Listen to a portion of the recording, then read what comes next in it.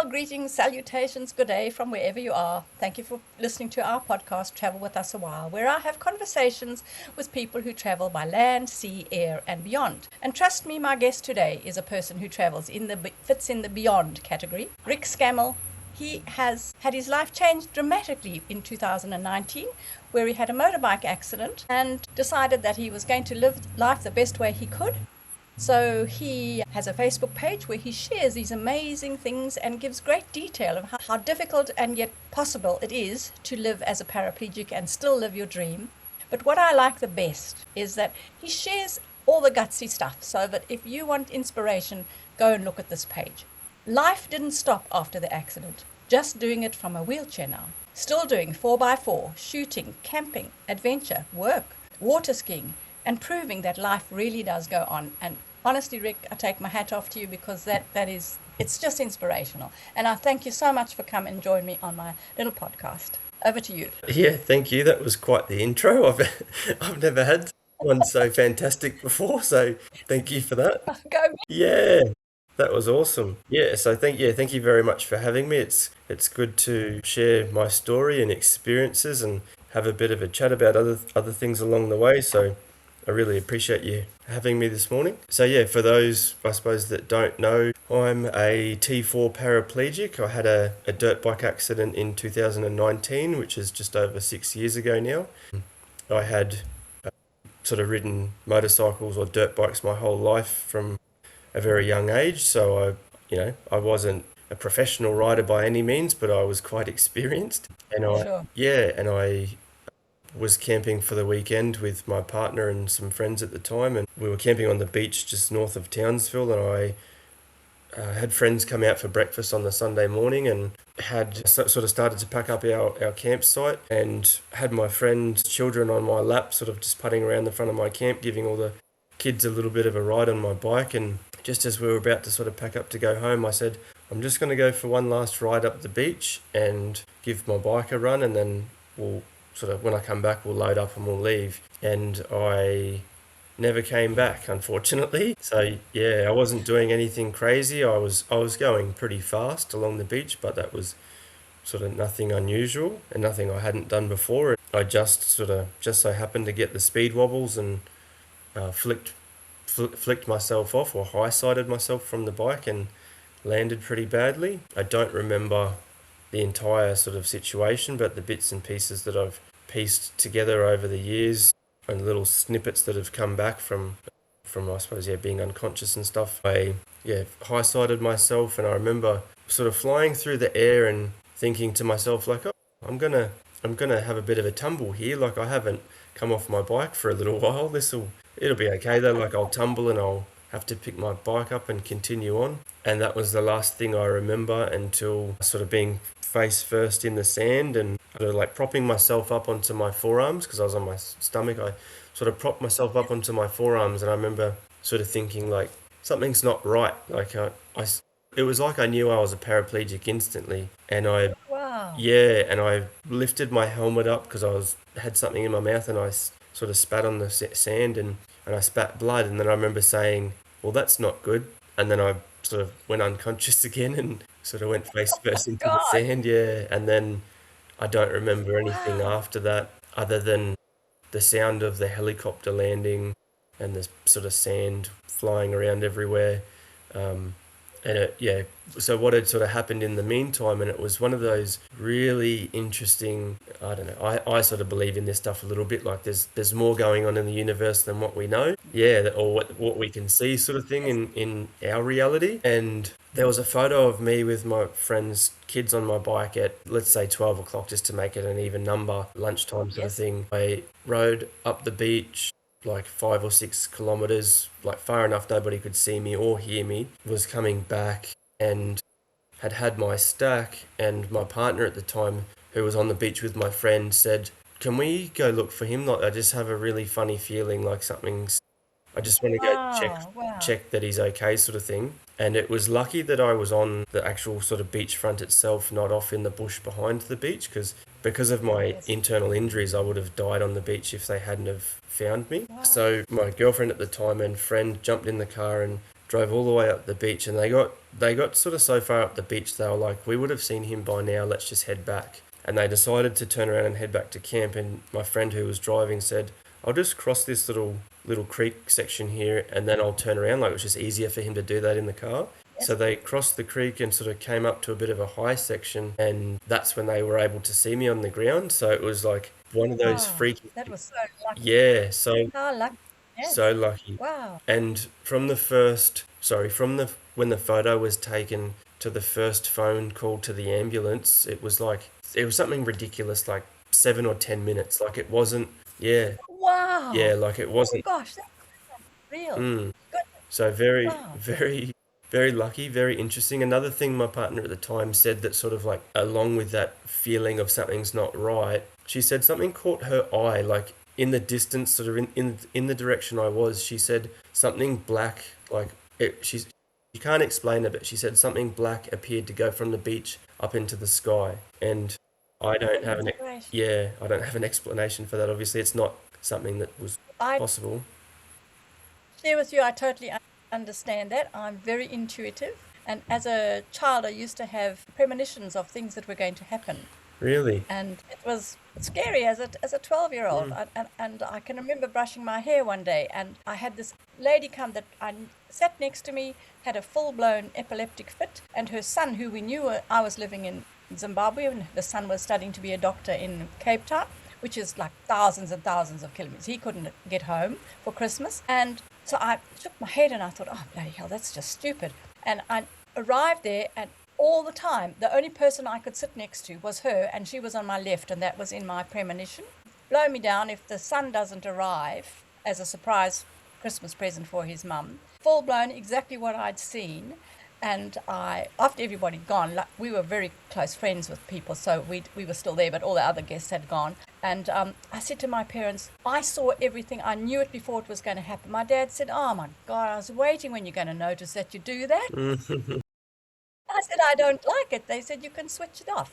So I did for many years, but now I have, if my gut says something, I follow it straight away. So I don't know what it is. I'm not psychic. I don't read people's minds or anything, but I know that sometimes you get a gut feeling and you must follow it. So I'm glad that your ex-girlfriend did that. Mm. Yeah, so I'm sorry to intrude on your story because it's way more interesting than mine. No, Gosh. that's okay. Yeah, I find what you've said interesting too, because I suppose one quick question on that before I continue. The feeling that you get of that gut feeling or intuition, does it kind of sometimes feel like deja vu for you? Like it's happened? Yes, absolutely. Yeah, I Yes. have that. Like I've lived it before. Yeah, Yes. I have that too sometimes. Like something will happen, and I say to my partner, like, I was like, I knew this was going to happen.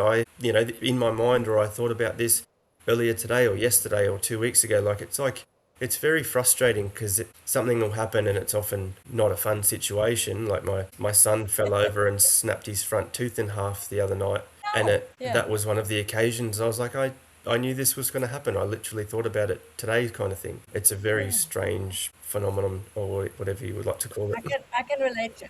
And I'm obviously way older than you. But one suggestion I'd make is try and act on it. But then people think you're paranoid, so you'll find you'll stop acting on it. Mm. I did try for a long time, then I thought, no, they all think I'm weird. So unless it's really serious, I kind of just think, oh well, I'll have to face it when it happens. I did think Anyway, about that, like with my son's tooth, because I had just a weird feeling earlier that day and it was kind of just me sitting there doing something, and I was daydreaming a little bit, and it was a thought of that happening, like him falling over, his tooth breaks or he smashes his mouth. It was just that occasion, and then when it happened, I was like, I wish I had have known it was going to happen, but like, what would I even do to prevent that? Like, he's 15 months old. Like, I can't stop exactly. him from running around the You can't. house.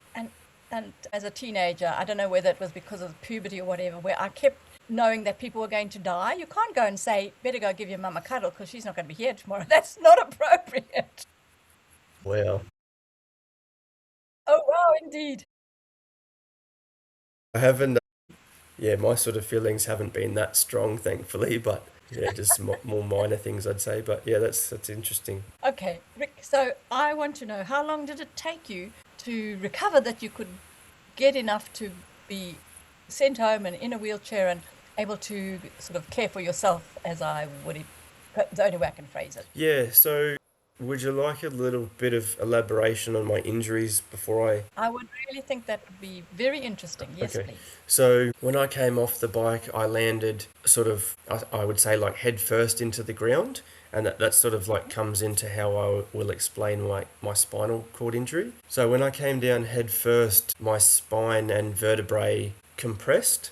And so like, All right. yeah, so like all of the vertebrae in the spine, obviously most people know what a spine looks like. So the Yes. spine compressed and my T4 vertebrae, which is pretty much in line with my nipples on my chest. So the T3, yeah, sort of put so much pressure on the T4 that I received what's called a burst fracture. And it just means that Oh, there's so wow. much pressure on it, it explodes, like it bursts. Yes. And my family said that when they saw the scans, it looked like someone had hit my vertebrae with a hammer. It was just smashed into pieces. Yeah, it was quite a bad Oh, yeah. burst fracture. So that was my T4 injury for my spinal cord. I'm what's called a complete paraplegic, which means I don't have any sensation, I don't have any movement at all, nothing happens below my chest anymore. Someone Oh, who is incomplete might have a little bit of function and movement and that kind of stuff. all right. I understand. That was the most severe injury. I had broken ribs, which punctured my lung, and then I was unfortunately drowning in my own blood. In like my lungs were filling up with blood, so that's why I would have died if that my friend and partner hadn't found me where I was. Because by the time they got to me, like I was already gurgling and starting to drown, and the ambulance sort of Wow. talked them through how to prop me up and how to keep me alive until the helicopter got there. I fractured my sternum. I broke my right scapula. It was like my shoulder bone. Yes. I broke both cheekbones, both eye Holy sockets, cow. my nose, I'm not sure what bone it's called, but the between the bottom of your nose and the top of your lip, like that bone above your top teeth, the upper teeth there. Mandible, probably. Okay, yeah, A mandible, I think. yeah. But you don't do anything by half, do you? No, unfortunately not. I did it very well. Gosh, goodness. And I had a fractured skull and a bleed on the brain, which led to my minor acquired brain injury. So I have issues with my short-term memory now, and I suppose taking in information and retaining it, kind of thing. I think that was it. Yeah, sternum, face, shoulder, head, spine. Yeah. Good grief. Wow. I'm very glad to see you here today because after that, not many people would have got through it. Well, especially if you hadn't been seen to in time. No, Yeah. that's exactly right. And like I always wore my protective gear. I wasn't one to ride without a helmet Yep. or boots or anything like that. But very, very, very lucky that I had a good helmet, because where I'd come down headfirst into the ground, I actually split the inside of my helmet, like the impact from my head hitting the helmet Good actually grief. split the foam internally. Yeah, sorry, I got a bit sidetracked there. I was meant to be talking about my recovery. I can understand why one would get. It's like incredible that you're still alive, really. Yeah, And I'm glad you are. I think what you share on your Facebook page must be inspirational to somebody who's just become paraplegic or partially or whatever, because I look at that and I think that takes so much courage, but you do it with such ease, but you've been practicing a little bit. yeah, I have been practicing over the years, and it did take me a little while before I got back to all sort of my hobbies properly and the things that I wanted to do, just with the injuries and then recovery and muscle pain and nerve pain and a little bit of like the mental side of things restricting me a little bit. So it took me 2 or 3 years before I've like fully got back into everything. But that's why I wanted to start this page, was to show people that it can be done with either a bit of help, a bit of equipment, and a bit of stubbornness, kind of thing. You need the grit. You need the true grit, mate, and you've got it. That's just incredible. I'm just so blown away, really. It's amazing. Well, wait a minute. Let's step back. When did you have your little baby? I saw your baby boy, and I thought I saw a daughter as well. Yeah, so I've got two stepdaughters. So my stepdaughters are 11 and 14. Yes. My son is 15 months old, and yeah, so he was born last, I was going to say, I hope I got the maths on that correct, but he was born last January. Excellent. Yeah, so he's a little bit older than one, I'll just say that. He looks looks gorgeous. Oh my, so where's your base if you have a home base, or are you on the road permanently, or you're just on the road having an adventure and working from the van, or what do you do? Yeah, so we are based in Warwick, Queensland, sort of just below Toowoomba, and we're not travelling full time or anything. We would love to, but yeah, not something that we're capable of at the moment. We sort of just get out in the caravan and adventure around a little bit and go camping, and we have family sort of a little bit, sort of 3 hours away down into New South Wales, so we travel down there and do a bit of camping and water skiing down there as well, which has been good. I just have to point out to our listeners that this man, who is only able to use his top part of his body, goes water skiing. And I looked in your photos and I thought, my goodness, I'd actually struggle to use that, even being a full body person. But and so you obviously didn't just go straight into everything to say, oh, I'm going to do everything straight away. You'd have to build up to it, and you must have incredible upper body strength, that I can say, because you're having to lift your whole self from the floor when you're on the floor. Yeah, I do. So that's about 6 questions. I'm Yeah, sorry. no, that's okay. Yeah, so the hobbies that I have now, they're sort of all the hobbies that I had before my accident. So I haven't sort of Fabulous. tried anything too new and exciting. Like I always went camping and water skiing, and I haven't ridden a dirt bike since. But yeah, like the girls have dirt bikes, and we still go out camping with friends who have dirt bikes and that kind of thing. But it did take me sort of 2 or 3 years of recovery and physio and stuff before I was at a stage that I wanted to try and get back into water skiing and more active sort of activities. Wow. I just struggled a lot with my scapula and back pain and sort of nerve pain in my back, that it sort of like caused so much pain that I would have to take medication, which I don't take anymore. I just sort of Oh, got to a stage that I was able to manage it without the medication. It was just something that the hospital did from the start. So obviously said, yep, you've got nerve pain, you've got muscle pain, here's a bunch of painkillers and nerve painkillers, and they are the most horrible thing to take long term. I have heard that.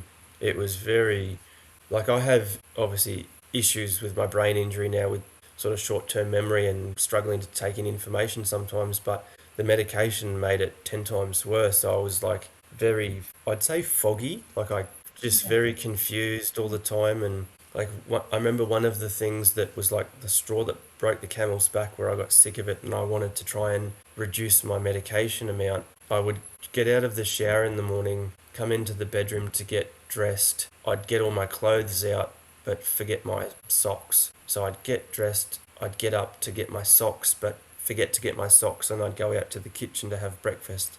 And then I'm like, oh, I forgot my socks, and I'd go back in to get my socks, get sort of confused and sidetracked again, and like, oh, I forgot my phone, grab my phone, go back out to the kitchen, and be like, far out, I was meant to get my socks. It would take me, 4 or 5 goes at doing something to achieve one task. Like it was just so, Frustrating, I'm sure. yeah, absolutely, just really frustrating. And there's, yeah, not much you can do about it. So, and it was only accidentally one day that I realized I could live without the medication. I had to take the medication at a set time every day. And something Yes. that a friend of mine said to me, who was also in a chair, he said something to me one day that just stuck in my head, and that was kind of what led me to testing it out, to coming off the medication. He said, because he had very bad nerve pain, like he was on the maximum dose of like opioid, medication or whatever, like the really Yes. heavy stuff for his nerve pain. He was on the maximum dose of medicinal marijuana and just everything he could take for pain. And he said to me one day, it's like your body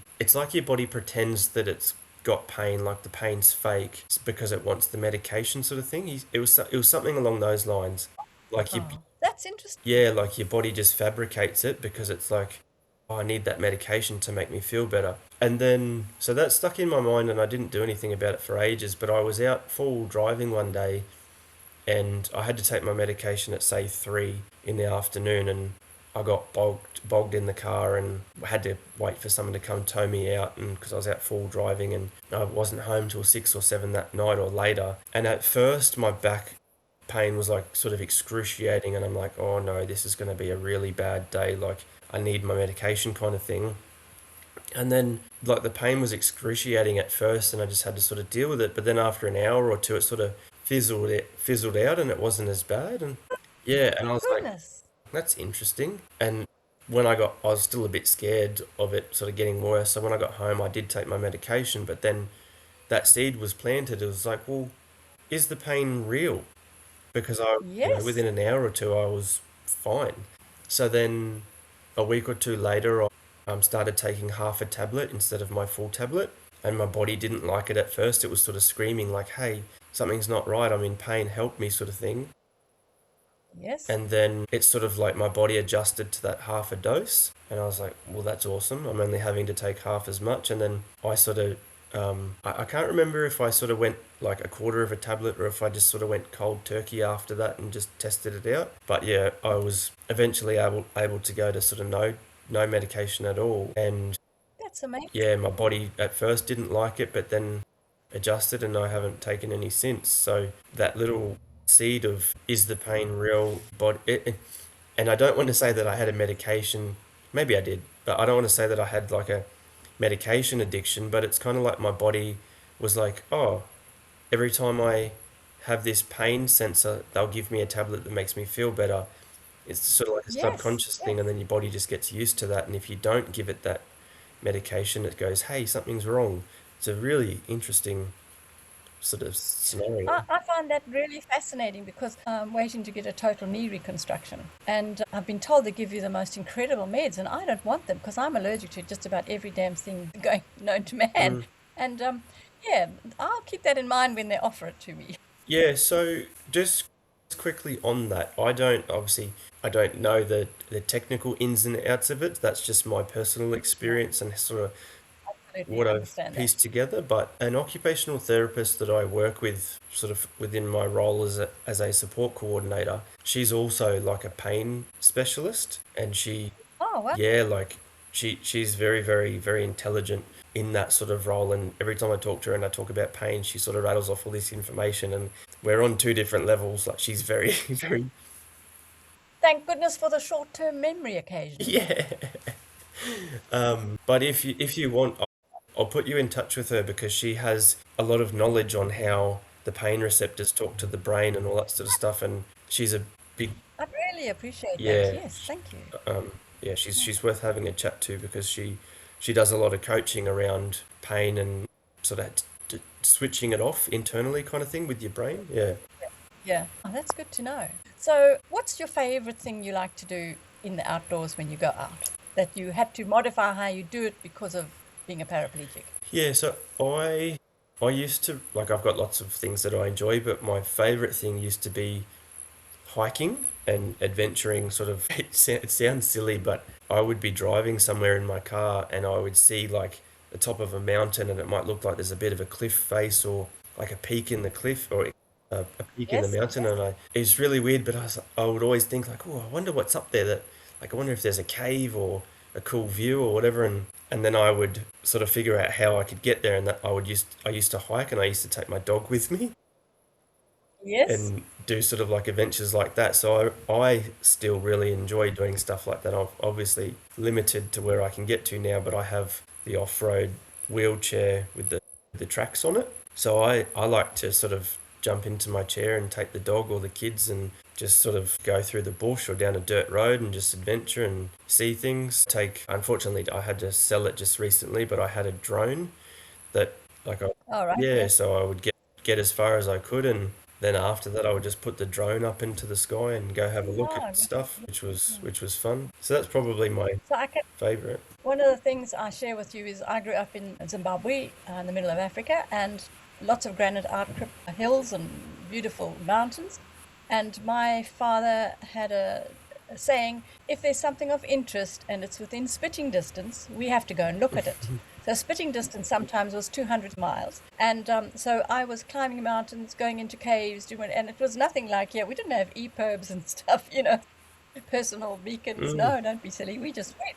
And so my whole life has been, oh, look, there's something, like a kid. Oh, look, there's a lolly. I'll go after that. And I just have. And so I can really understand that very much so. And in fact, the reason I started this podcast is because we're usually sailing. So we have a sailboat, Ken and I, and we've spent 6.5 years living on board, sailing around the South Pacific Islands. But it's not my story, it's your story. And so I'm really pretty incapacitated with this damn knee, which is bone on bone. and I was getting quite depressed. And my daughter said to me, what do you miss the most about traveling? I said, it's the people you meet and the conversations you have at the end of the day. She said, that's easy. Start a podcast. And it's been such fun because I'm having those same conversations with people who love to travel and hearing about life. And I think that's, I'm a very people person. I love people. So it's been good. And trust me, once I've had that operation, I'm going bush. I can do little walks, but I just can't do, I can go uphill, but I can't go down. Yeah. That sounds ridiculous. We were sailing in New Caledonia in August last year, and we climbed up a peak. They call it a Mount Ramas or whatever. Up we go up this hill, 3/4 of an hour to get up and 2 hours to get down. That's when I thought, right, that's it. You have to listen to your body. You can't do this anymore. Yeah. So I can appreciate a little bit of your frustration at not being able to do exactly what you want when you want to, but you're still doing a lot of it. Yeah. I am. And Yeah. it's good to hear sort of a snippet of your story too, because obviously you have a little bit of a limitation with your knee, and your daughter said, well, Yes. you're not getting to interact with people, start a podcast. And like that's kind of, that's like you've had a bit of a restriction, but you found a way around it.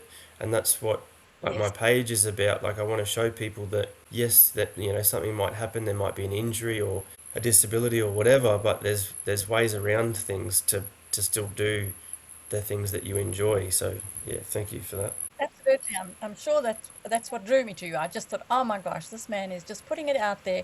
And this is so helpful to so many people. Well, it's inspirational to me, for starters. And then when I started reading it more about you, and I just thought, oh my goodness gracious, I got to get this guy on my podcast. Rick, can I ask you how old you are now? Yeah, I'm 35. Oh wow, yeah. I'm 75. Got a few over you. Yeah.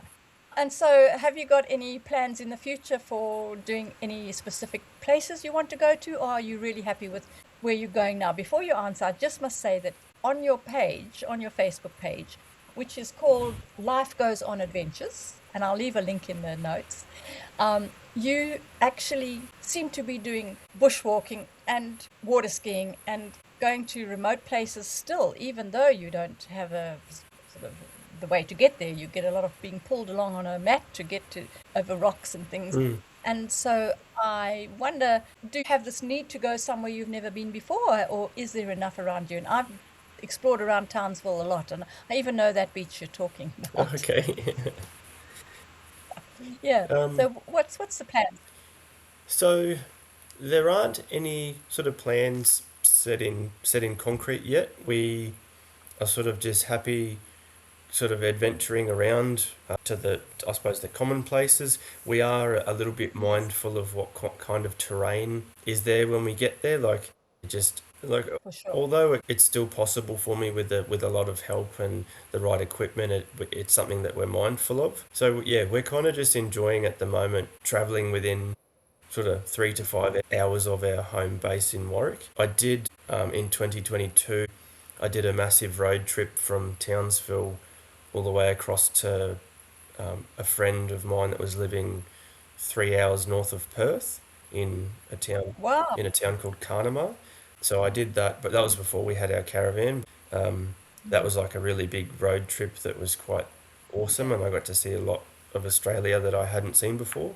And just because of the age that the girls are with high school and that kind of thing, we don't want to pull them out of school and sort of stuff any of that sort of exams and stuff up. So yeah, nothing on the to-do list at this stage, unfortunately. Sorry, I don't have a very exciting answer for you, but Oh, it's not an exciting answer. What you're doing now is very exciting. I don't need a different. I just wondered. I mean, at the moment, to me, it looks like you're doing way enough. And all you need in life is enough. And you've got enough thrills doing the things that you do, I would say, and that your kids are being able to do it with you. Your son's just 15 months old, I think. He's going to have such an amazing daddy to follow in the footsteps. And I think he's a lucky boy, and your wife too. So, and it's lovely. Your daughters must be having fun, your stepdaughters. Thank you so much for coming on my podcast. And there we'll leave it for today. But I have a feeling Rick's story may stay with you just as it has with me. It's a quiet reminder, isn't it, that life can change in a heartbeat, and yet somehow we find a way to keep going. Maybe not the same way, maybe not the way we planned, but forward all the same. Thank you for spending this time with me, wherever you are in the world and wherever your journey is taking you. Travel gently and travel with us for a while.